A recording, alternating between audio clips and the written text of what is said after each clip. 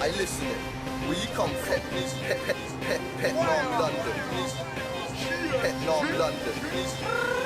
Peckham, London. I listen it. Where you come from? Peckham, London. Peckham, London. Peckham, London.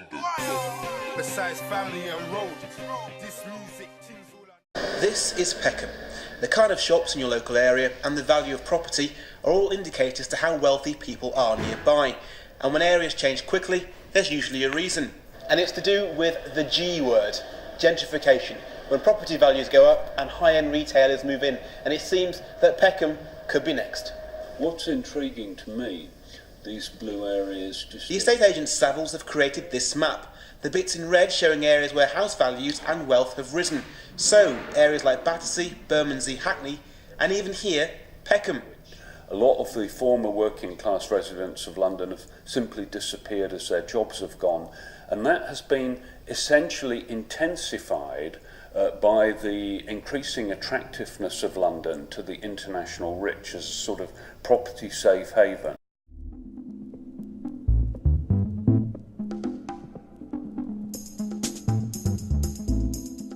Nicholas Okulu. I run Pen People, which stands for People Empowering People. I've lived here for 25 years. I came over here from Lambeth.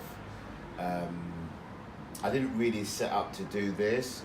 You know, I worked in the pharmaceutical industry, and I think just having that knowledge of being able to interrogate people in high positions kind of allowed me to kind of sit down and ask counsellors, directors what they were doing.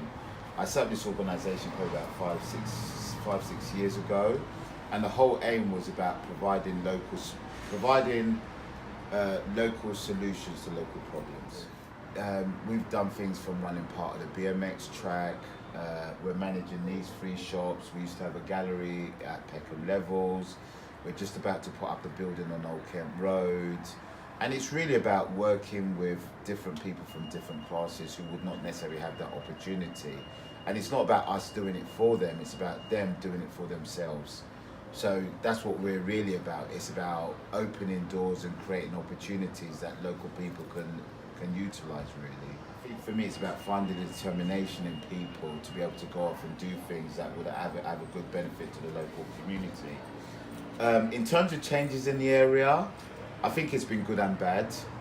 In terms of if you've got the knowledge and you've got the resources, you can do quite a lot of things. And I think for a lot of I would probably say some of the indigenous people who've lived here and some of the people who have been here for quite a while, that knowledge and information hasn't really been passed on to them.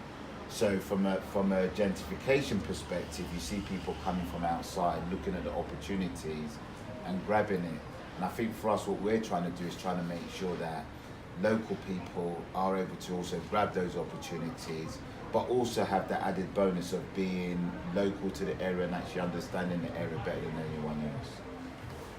So it's about reducing the competitiveness between those people who are coming in and those people who already live here. So the council's got its policy of fairer future for all, which I take the piss off every now and again, but the whole point is about how do we reduce that.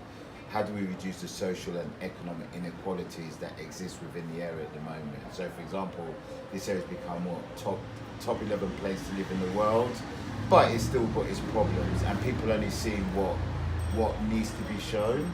You know, so for a lot of us in the community, like for example, I run 3 shops here, and the whole point, the reason why I'm kind of glad it's here separate to Rye Lane, is that it makes us stand out, and it's our way of saying that Peckham was cool before you thought it was cool. Can you come a little closer?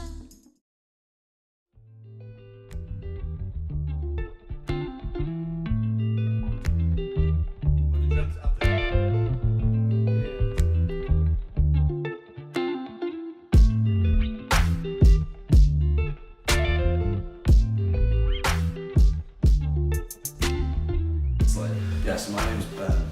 I'm the floor manager from Prince of Peckham, which is a pub on Queen's Road. Everyone who works in knows the people in the community now. The other pubs along here and the other venues, as good as they are, like people from around it just aren't interested in it. Like people from here, don't get me wrong, people who've moved here love it. Students, etc., are big into all these venues around here. But the amount of people that have come into this pub and spoke to me and said this is their first time in a pub ever. Now, if you're from England, if you're from Liverpool, for example, I started working in a pub when I was 12, like glass collecting or whatever. Like, it's a part and part of growing up in England is going to the pub. Like, that's what everyone does. And now, don't get me wrong, a lot of these people are African, Jamaican heritage, Caribbean, whatever. But they're from England, innit? And to be from England and to not have gone to a pub in your whole life is such a question mark to me. Like, and the reason it is because they don't feel comfortable in the pubs in their own area because of what's come in.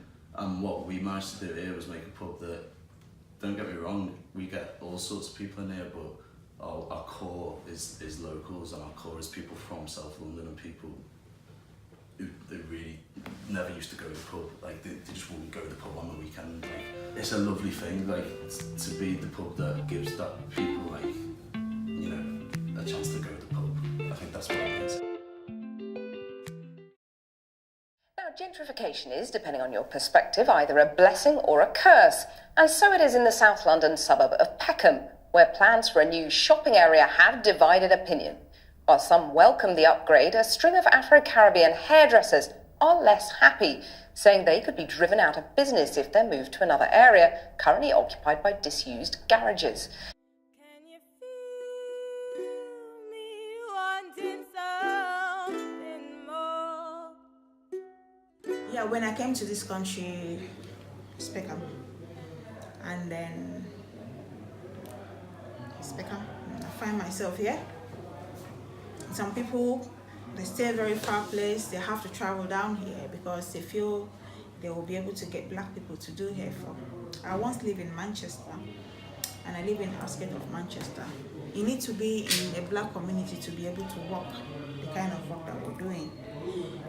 Asian people now, they need to be in the midst of black people because even they themselves, the meat they sell, they don't eat it.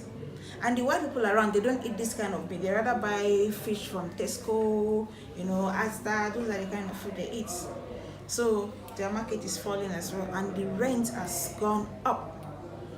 This shop before, let's assume it used to be £100 every week. Now they've increased it to £150. So everything has gone up in Peckham. No, so it doesn't really favor like we that, you know. Double think media tell me what to say. Bye, bye, bye, and hate, hate, hate, hate your people and never your friends.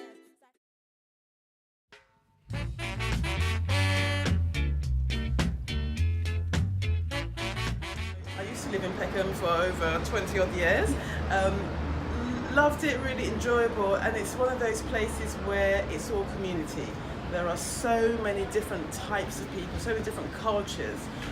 Lately, there's a lot of regeneration, lots of new people, new faces coming into the area, which has been a bit controversial. Some people are struggling with the fact that there's now properties here they can no longer afford after living here for so long. It's sometimes one of those areas that gets a varied response when people say Peckham.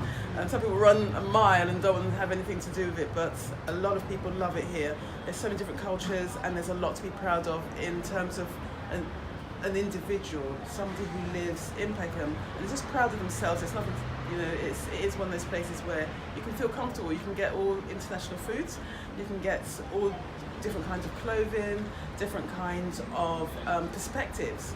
So I think it's one of those areas that, although the mainstream may not understand it, it's one of those places that you should be proud of.